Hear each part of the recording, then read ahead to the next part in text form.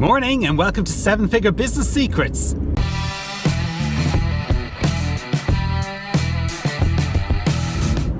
So I had a question that's been rolling around my mind, and it was basically an article I was reading there saying that 90% of businesses fail, right?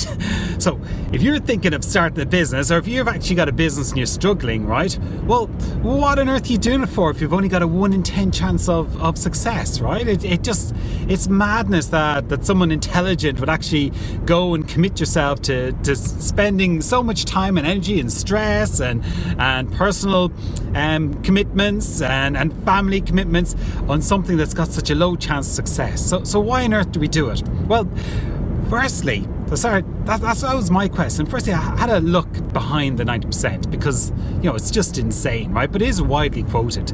And first of all, the 90% number, it comes with a whole pile of caveats. It's just one number.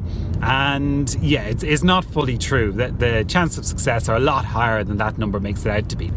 But that got me thinking when I actually understood that actually the 90% was all businesses up to 10 years and included loads of businesses that people would be retiring from anyway, and a lot of stuff where businesses didn't actually fail, they were just closed down because basically someone retired, and you start stripping them out and you realize actually businesses have a much higher chance of success than a lot of the numbers quoted there.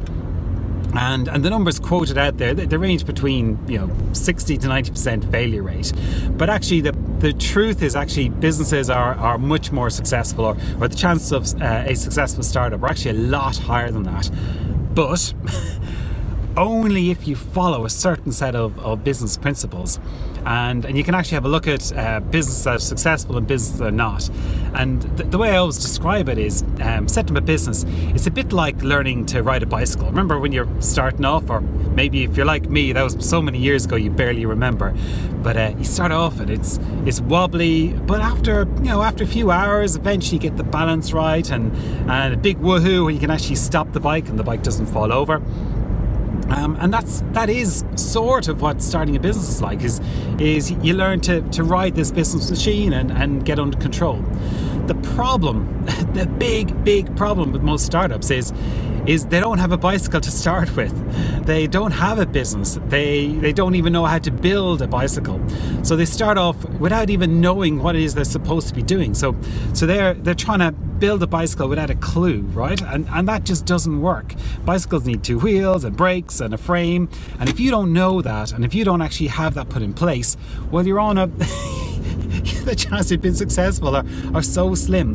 And the problem is that a lot of entrepreneurs actually start off with no bicycle at all. They don't have the basic principles of what a business needs, and you'll hear me moan on about those basic principles. You need to know your positioning, you need to know your how on earth you're going to prospect for customers, you need to know how you're going to persuade them to actually buy something, you need to have a mechanism for actually creating products and services that customers actually buy, and you also need a way of partnering with them after they've bought, so they buy again, refer friends. And if you don't have all 5 of those sort of up and running in your business, then it's like trying to ride a bicycle without a bicycle. It's a bit like having a Ferrari, right? With maybe it looks really good and it's a great color and polished and a great engine in it, but you're missing the 4 wheels, right?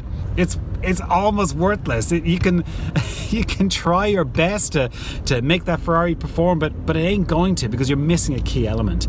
And that's just like what a business is if you're missing one of those 5 really important business principles.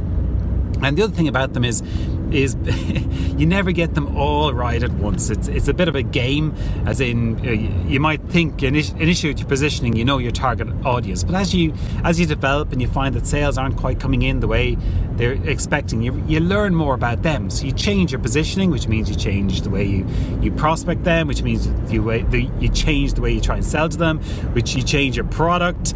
So all of these things is the little iterations, and that's the bit that's like riding the bicycle. But you've got to have your basic bicycle in position first of all. Does that make sense? Actually, it reminds me of a quote by, I'm going to butcher this quote, Anthony Greenback, and it's from his book. And basically what he's saying is that, listen, nothing in life is very hard.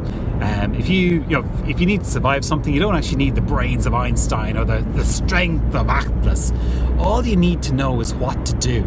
And that is exactly what you need when you're starting up a business is you don't need some super skill. Have a look at all the different business owners around there and very successful people. They're from all walks of life, all different experiences, all different strengths and weaknesses, and they've all been able to create businesses successfully, right? So you're no different to them, no different at all. I guarantee. The bit that you need is you need to know what to do. That is it. So if you're thinking about setting up a business, or you're actually currently struggling with the business, then find out what it is that you need to do. Go and have a look at entrepreneurs that have been successful, and have a look underneath it all. You will see the 5 principles.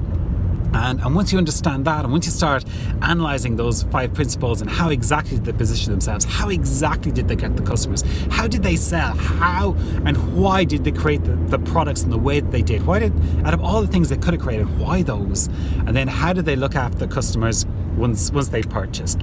Right, that's your job for today, and I shall talk to you later. Bye.